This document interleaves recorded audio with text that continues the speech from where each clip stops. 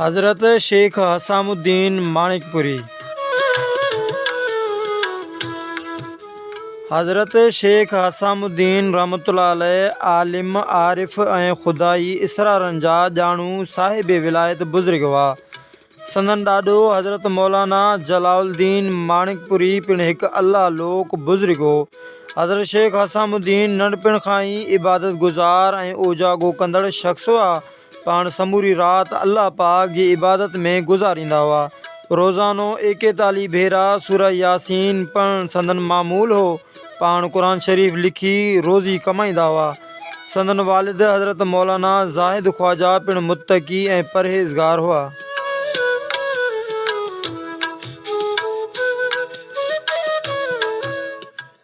हज़रत शेख हसामुद्दीन जी इब्तिदाई तालीम तरबियत वालिद साहब कई ऐं पोइ खेनि ज़ाहिरी इल्मनि में महारत हासिल करण लाइ हिकु मदरसे में विहारियो वियो, जिते पाण फ़िक़्ह, हदीस, तफ़सीर, सरफ़ ऐं नहू में सुठी ॼाण हासिल कई। ज़ाहिरी इल्मनि में महारत हासिल करण खां पोइ पाण बातिनी इल्म जी हासिलात लाइ हज़रत शेख नूरदीन कुतुब आलम जा मुरीद थिया ऐं उन्हनि खां ख़िलाफ़त जो ख़ुरको हासिल कयऊं।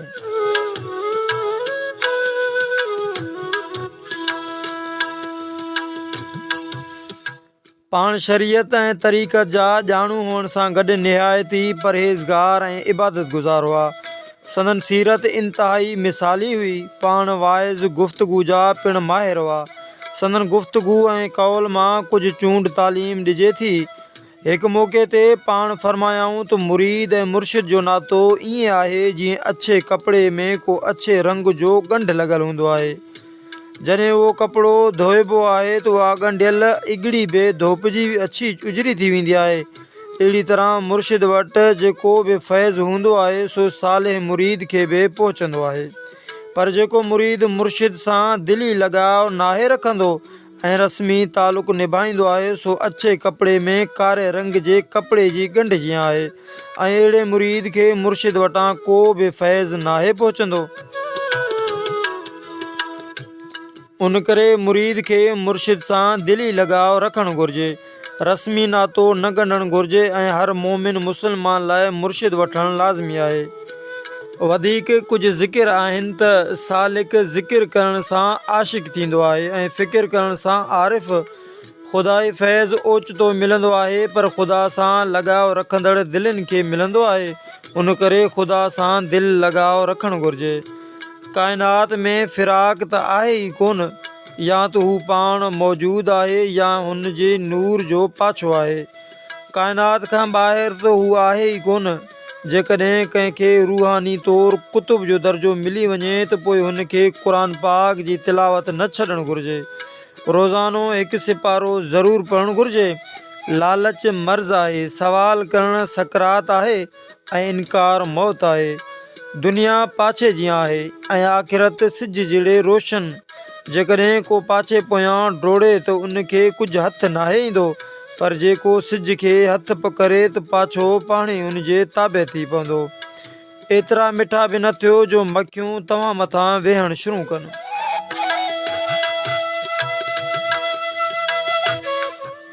हिकु भेरे जी ॻाल्हि आहे त संदन घर में कुझु न हो ऐं काफ़ी ॾींहं खां फाका हुआ।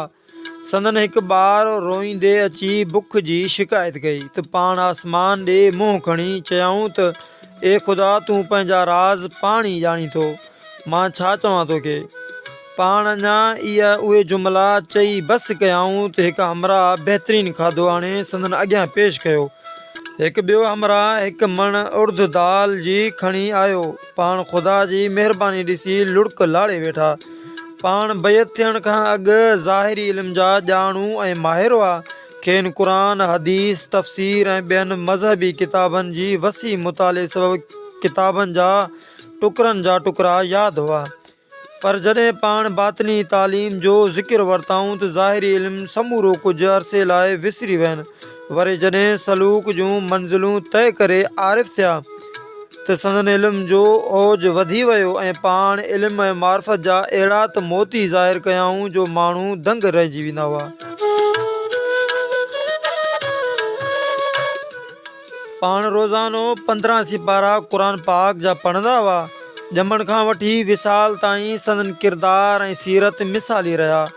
पाण अवाम जी इल्मी तौर वॾी ख़िदमत कयाऊं। ज़हद ऐं इबादत, तक़वा ऐं परहेज़गारी, शरीयत ऐं तरीक़त जे लिहाज़ खां उन दौर में संदन को बि हमसर न हो। नेठि हिन जहान फ़ानी मां 882 हिजरी में लाॾाणो कयाऊं। संदन मज़ार मुबारक माणिकपुर में आहे ऐं संदन जारी कयल फैज़ जो सरचश्मो अॼु ताईं जारी सारी आहे।